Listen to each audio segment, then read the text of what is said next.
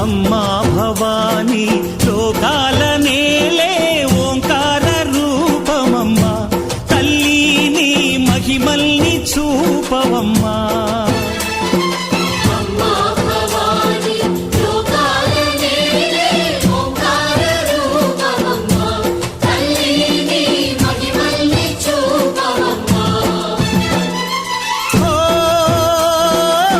సృష్టికే దీపమా, శక్తికే మూలమా, సింహరథమే నీదమ్మా.